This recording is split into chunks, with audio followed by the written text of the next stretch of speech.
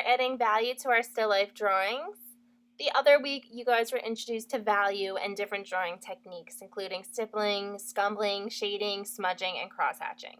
My personal favorite is blending with smudging and shading.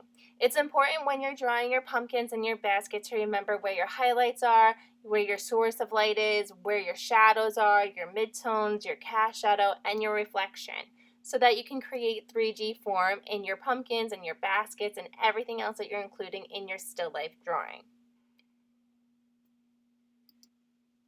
So last week when you started your still life drawings, I asked you to just pick out your reference photo and do your outline, and to do a little bit of the beginning shading. So now we're really going to go into more detail with our shading. So I'm starting off with the basket. So the other week I added in my lines that I wanted to go in horizontally, and then I had my lines that I wanted to go in vertically. Again, everything is super light, so that way if I wanted to erase anything, it wouldn't be too hard to do so.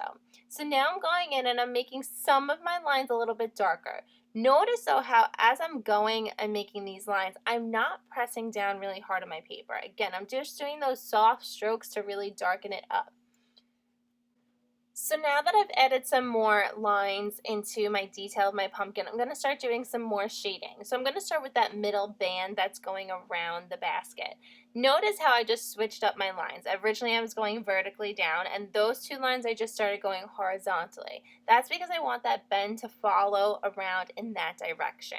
So for my bands, they're going to be going horizontally, and then inside in those planks that are putting the basket together, that's where I'm going to be shading vertically, going up and down.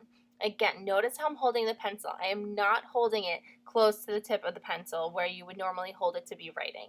I'm holding it closer to the end of the pencil where maybe my eraser would be, and I'm gently just shadowing the entire area, not pressing down too hard. I just want to start out making it light. Also notice how within that though, I do add a little bit of pressure into different spots to make it look more wood-like, because in a piece of wood you have that grain where it's darker in some areas and lighter in another. Then I'm going to take my blending tool and I'm just going to blend in all those shading together.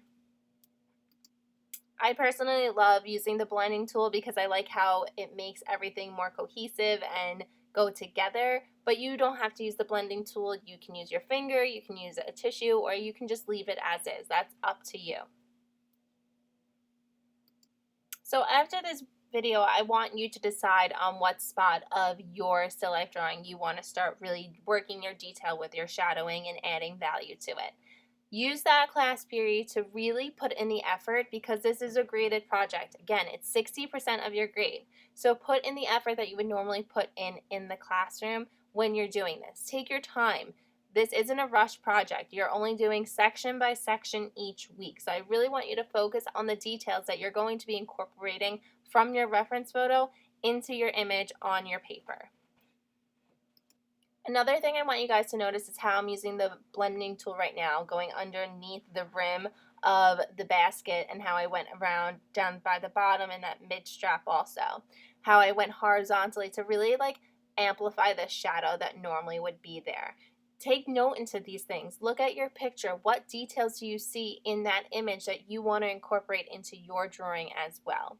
And again, once I'm done with one plank, I'm going on to the next. So I'm going to start speeding up this video a little bit more just to show you more of the techniques of shading and value that I do in order to create my still life image. Keep in mind, I don't expect you to be doing the same exact drawing as me, because everybody's going to see their reference photo differently, but I want you to use these techniques of holding the pencil a certain way, not pressing down too hard when you're doing your shadowing. Maybe you'll add a little pressure in different areas, but you don't want those harsh lines like when you are writing something on a piece of paper.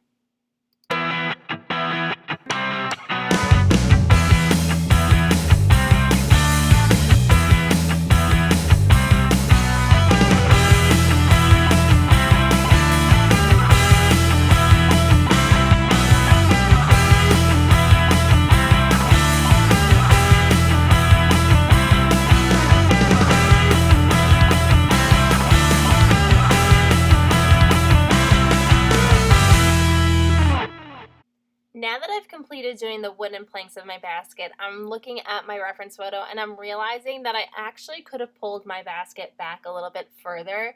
So I'm adding a little extension onto it so that it goes behind that pumpkin a little bit more.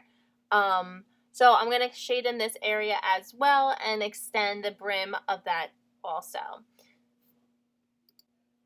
Again, watch how I'm using the pencil. I'm not holding it how I would write something. I'm holding it closer to the end of the eraser.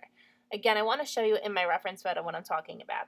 Notice that space in between the green pumpkin and the basket. It's not as big as I had originally drew it out. So that's why I am now saying to myself, I need to make that closer and go behind that smaller pumpkin a little bit more.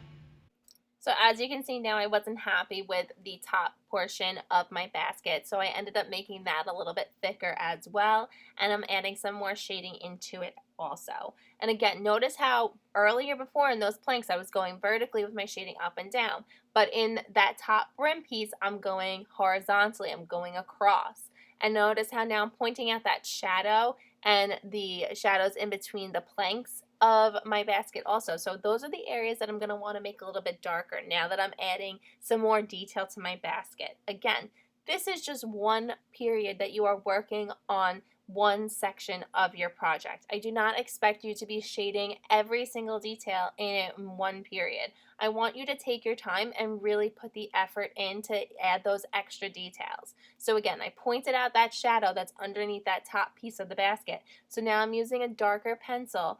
I believe it's my 4B, so that I can get a little bit of a shadow underneath it to add that detail. And again, now I'm going to go into the planks. So notice with that brim, I was going horizontally to create that form, but now I'm going vertically up and down to create that form within my basket also. And I'm adding in those darker lines to give it those details that we saw in our reference photo. Again, I'm not pressing down hard like as if I'm writing. I'm doing soft, gentle strokes so that way if I don't like it, I can erase it. What happens is if you're pressing down hard, like you're writing your name or something, when you go to erase it, it's leaving an indent on your paper. So even when you go to do a shading over it, yes, the shading's covering it, but that indent is still there, so it's not going to make your image look the right way you want it to be.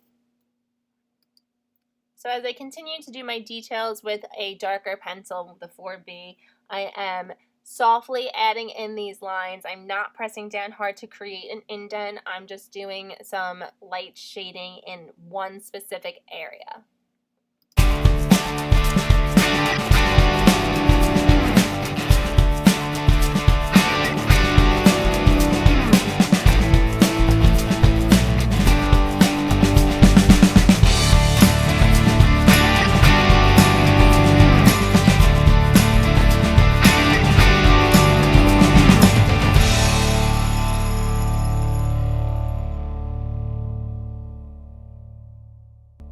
Alright, so now that I've added those details in, I'm going to go and do my middle band on my basket. Notice how, again, I'm switching the direction I am using my shading. I'm going horizontally now instead of vertically to create a nice grain line so that it goes along with the form that I'm trying to create.